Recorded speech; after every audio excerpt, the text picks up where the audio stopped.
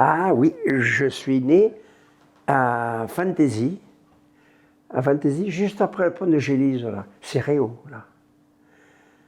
Je suis né là, et on m'a porté à Loubert, j'avais 15 jours, 3 semaines. Fantasy, qu'est-ce que c'est? C'est une petite maison, ils étaient en loyer, mes parents. Et alors, après, ils ont acheté cette petite ferme, il n'y avait que 7 hectares.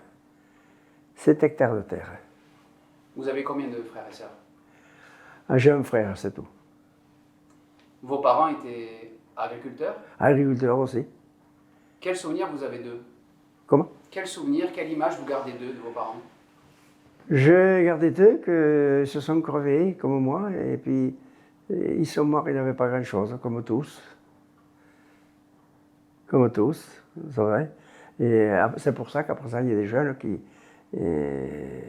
prennent des propriétés en fermage.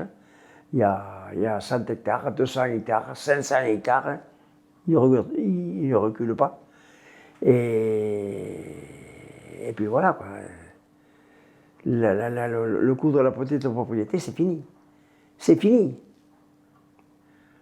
Oui, c'était à l'époque, on cultivait sur de petites surfaces. Des petites surfaces.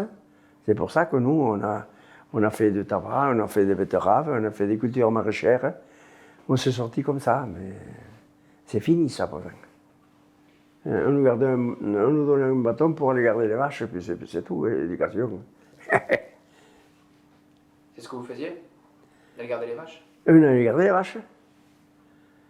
On allait garder les vaches jusqu'à l'Ossou, là-bas. Et là, il y avait près de 2 kilomètres. Et voilà. 2 kilomètres de distance, quoi. Entre Loubert. Et ça, combien de fois semaine? Tous les jours.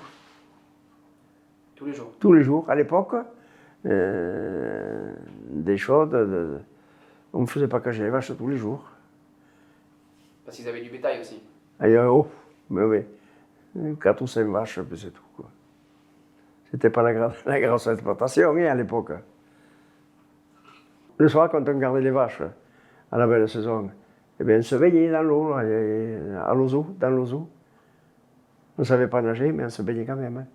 C'était fait de 3 plaques de liège que se ficelait sur la poitrine.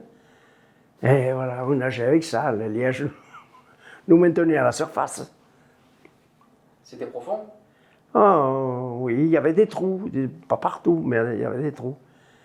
Alors, quand on a commencé à savoir un peu nager, on enlevait une plaque. Et puis après, on a enlevé la deuxième. Et après, on a tout fiché en l'air, quoi. On savait nager après. Vous avez appris tout seul alors? Ah, tout seul. Ouais. Personne ne vous apprenait à nager à l'époque? Ah non, non, non, non. Non, non. Il n'y avait pas de piscine dans les maisons, dans les villes comme à présent. Eh non. Donc on apprenait par soi-même? Par soi-même. Et qui c'est qui vous fournissait ces plaques de liège là? Ah ben, on en trouvait, dans les bois il y en avait, à l'époque il y avait des... Et puis il y a eu l'époque des bouchons à Mézin. Vous n'avez pas connu? Ah oui. Il y avait pas mal d'usines de bouchons, une usine à bouchons. Et ils s'en faisaient beaucoup de bouchons à Mézin. C'était célèbre à Mézin. Et voilà, et après c'est tombé petit à petit. Il y a combien que c'est tombé? Il y a longtemps. Il y a 40 ans que c'est tombé, les usines à bouchons. Depuis qu'ils ont lancé les bouchons en plastique, là, genre de cette matière. Mais on ne le disait pas à la maison quand on se baignait. Ah non, il ne fallait pas le dire, ça. Pourquoi ça? Et parce qu'elle nous aurait défendus. Elle nous aurait défendus. Elle aurait eu peur pour vous ou par inquiétude? Ah oui, parce que souvent on venait de manger, on avait fait casser la croûte, et puis il ne fallait pas se mettre à l'eau. Je suis tombé une fois à l'eau, je pêchais, comme quand on est jeune. Et heureusement que je savais nager déjà, parce que je suis tombé à l'eau, ma ligne était accrochée, j'ai attrapé la branche pour la faire plier, pour le décrocher. pof, les jambes ont glissé, je suis tombé au milieu de la rivière. Et alors je me suis sorti, bien sûr. Et comme on m'avait dit qu'il ne fallait pas être mouillé, aussitôt manger, alors je me suis déshabillé. J'ai traversé la route carrément à poil. Les champs, j'ai traversé les champs à poil. En haut, mince, j'ai trouvé la voisine. Et je suis rentré carrément à poil à la maison. Et après, je suis revenu à la maison, une fois changé, je suis allé chercher les vaches. Ça fait des kilomètres, tout ça. Et là, vous avez quel âge? Combien j'en ai, d'après vous? Non, là, vous avez 90. Mais vous avez Oui. quel âge à ce moment-là? À l'époque, j'avais 11 ans par là. Peut-être par là. Et la voisine, vous avez vu passer? Oui. Je suis parti à travers le champ pourtant, mais il a fallu que je tombe sur elle. Qu'est-ce que vous a dit? Oui, elle a rigolé. Et c'est normal. Et votre mère, qu'est-ce qu'elle a dit? Ah, elle était obligée de m'accepter comme j'étais. Je me suis changé, je me suis habillé, puis je suis reparti chercher les vaches. Oh, mais attends, il n'y a pas toujours le rêve. Vous vous souvenez, je ne sais pas, d'un plat que faisait votre maman, par exemple? La cuisine? La cuisine, oui, mais je me rappelle surtout que pour aller laver le linge, on n'avait pas de l'eau à la maison. On allait faire 500 mètres ou plus pour aller laver le linge. Moi, je poussais la brouette. C'était intéressant, ça. C'était l'époque, c'était l'époque. Vous laviez où, le linge? Vous le portiez jusqu'où? Et jusqu'à l'Aubert. On allait laver le linge à 500 mètres du côté de Couloumé, là. Et alors, là, on ramenait le linge propre, et puis voilà.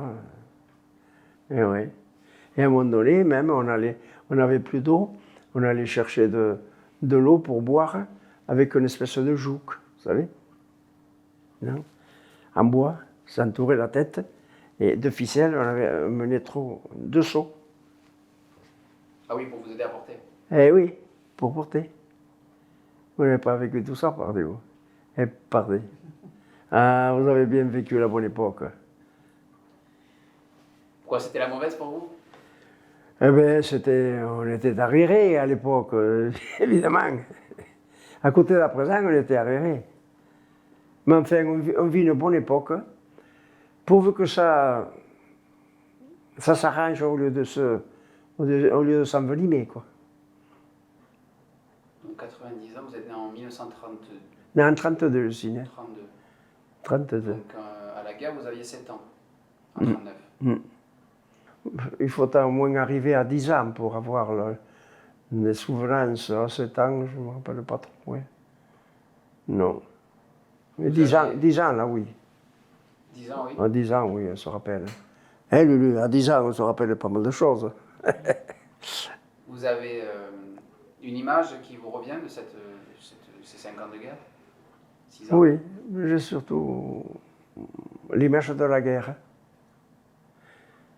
L'image de la guerre. Une fois, j'avais amené les vaches à Louzou, dans là-bas, et il fallait traverser la route de Fourcis, Mézin-Fourcis. Et il y avait Marshal Pétain qui passait. Il y avait quelqu'un qui barrait la route. Ma foi, les vaches n'ont pas pu passer. Et je m'en suis revenu avec mes vaches. J'ai attendu un grand moment. Et j'étais pas content, là, qui m'ait empêché de passer. Et bien, des gardiens qui attendaient le passage de Pétain. Il fallait des bombes pour tout. Et on ne trouvait rien. Et alors, c'était la misère, quoi, un peu. C'était la misère. Moi, à la maison, ça m'est arrivé souvent, je marchais pieds nus. Hein. Que t'es comme le petit, là, il marchait pieds nus aussi. Mais lui il vit la bonne époque, tandis que nous, c'est qu'on n'avait rien. Je me rappelle, mon père, il fallait fournir du grain. du blé. Il fallait fournir une vache.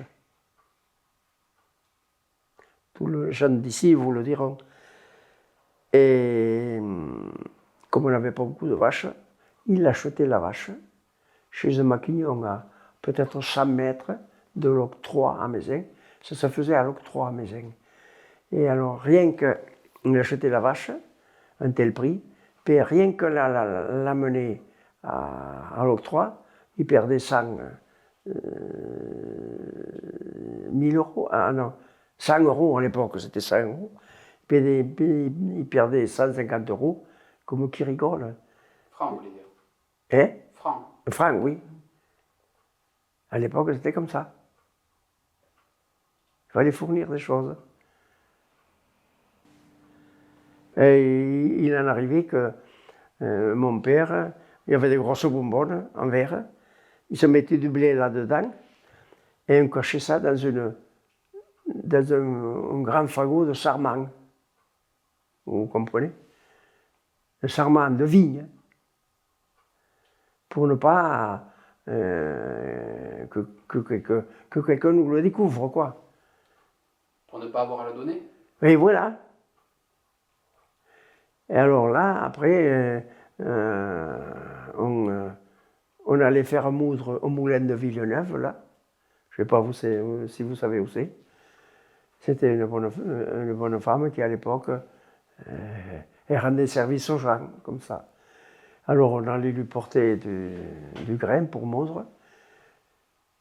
Et alors un jour, on a vu des cyclistes arriver. On a dit, ça y est, c'est les Allemands. Avec notre carriole, on y allait avec mon frère, dans une petite carriole à 2 roues. Là. On portait ce qu'on pouvait, 25 kilos par là. On s'est foutu dans le ramelé, là. Mais c'est qu'après, on ne pouvait pas s'en sortir. Et c'était pas les Allemands, ni les gendarmes, c'était les gens qui passaient comme nous, quoi. Eh bien, on a tiré la carriole comme on a pu, pour sortir de là. Mais on y a sué, je vous le dis.